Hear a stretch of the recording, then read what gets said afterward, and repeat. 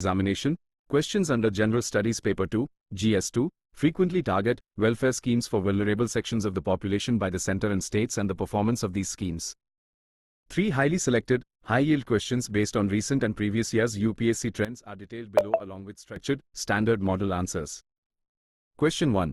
Evaluative and Constitutional Framework, 15 marks, 250 words. Development and welfare schemes for the vulnerable sections, by their very nature, are discriminatory in approach. Do you agree? Give reasons for your answer. Model answer. Introduction. Welfare schemes targeting specific vulnerable groups, like SCs, STs, women, Divyangjan, and senior citizens, might superficially appear discriminatory because they provide preferential treatment.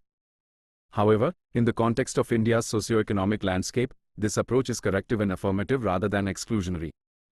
It shifts the focus from formal equality, treating everyone equally, to substantive equality, treating unequals unequally to achieve real equity. Why these schemes feel discriminatory? The counter perspective, targeted exclusion. Schemes like Stand Up India specifically offer credit access exclusively to SC, T and women entrepreneurs, creating a sense of exclusion among general categories. Perceived compromise on merit. Special quotas in resource distribution, educational incentives, like Kasturba Gandhi Balika instrumentalization. Populist or targeted announcements of SOPs right before state elections can reinforce the perception of competitive identity politics. Why the approach is actually corrective and constitutional? The core argument, constitutional mandate. Article 15(3) empowers the state to make special provisions for women and children, e.g., Pradhan Mantri Matru Vandana Yojana. Article 46, DPSP, instructs the state to promote the educational and economic interests of SCs, STs, and weaker sections. Correcting historical and structural injustices. Margins of society suffer from systemic deficits. For instance, according to NFHS 5 data, anemia and malnutrition rates are disproportionately high among tribal girls, justifying exclusive nutritional interventions. The doctrine of substantive equality, as upheld by the Supreme Court in the Indira Sawhney case, positive discrimination is a valid instrument to elevate marginalized groups to a common starting line. Data-driven affirmative targeting. Modern initiatives like the Aspirational Districts program utilize data to systematically uplift lagging regions populated primarily. Instead, they act as active tools of social engineering, converting formal rights into real opportunities to achieve the ultimate goal of Sabka Saath, Sabka Vikas.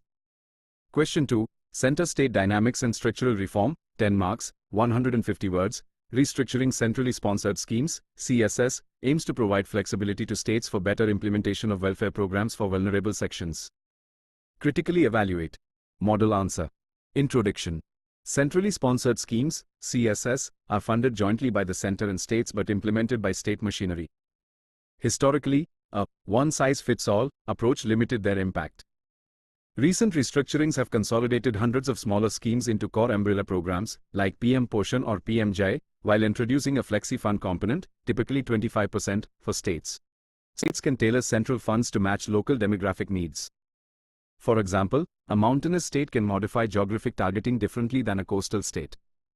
Cooperative federalism aligns with the spirit of devolution, changing the role of states from passive implementing agencies into active co-designers.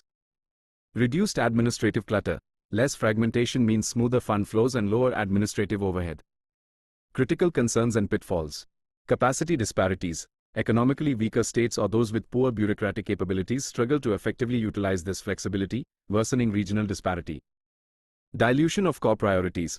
Excessive flexibility can lead to states diverting focus and funds away from deeply marginalized subgroups, like PVTGs or manual scavengers, to meet broader, popular political objectives.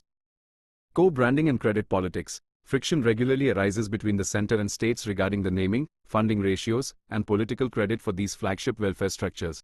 Maximally, flexibility must be anchored to strict outcome-based monitoring via third-party social audits, rather than a mere assessment of financial outlays.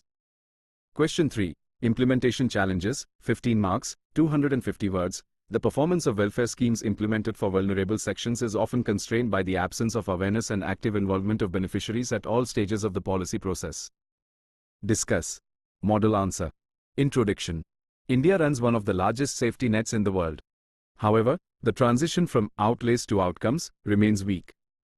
The primary bottleneck is a top-down administrative approach that treats vulnerable populations as passive recipients rather than active stakeholders.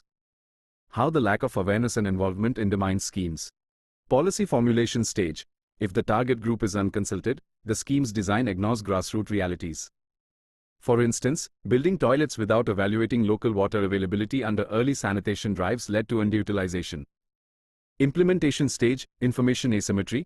Due to digital divides or illiteracy, the eligible poor are often unaware of their precise entitlements under schemes like the National Food Security Act, NFSA, or PM Jan Arogya Yojana, leading to exploitation by middlemen. Monitoring stage, absence of social audits. When local communities are not empowered to monitor fund execution, it creates systemic leakages. Conversely, where Gram Sabhas are actively involved, as seen in certain MG and REGA setups, transparency spikes drastically.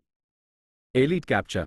In the absence of community-led identification, the relatively influential sections within a backward community tend to corner a disproportionate share of the benefits, e.g., exclusionary errors in BPL card listings.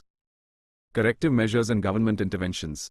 Rights-based legal frameworks. Transforming welfare into a legal right, like MNREGA or RTE, gives legal leverage to beneficiaries to demand execution. Social capital via self-help groups, SHGs, utilizing networks like DAY NRLM or Kudumbashri ensures that women act as grassroots watchdogs and awareness vectors. Decentralized accountability, strengthening Panchayati Raj institutions to execute local assessments through platforms like Gram Sabhas. Digital public infrastructure, DPI, leveraging Jan Dhan Aadhaar Mobile, JAM, Trinity and direct benefit transfers, DBT, to bypass intermediate leaks while simultaneously building digital literacy campaigns. Conclusion. Welfare delivery must transition from institutional patronage to community-led empowerment. True structural efficiency will only materialize when the vulnerable population transforms from a mere target group into the principal monitors of their own development.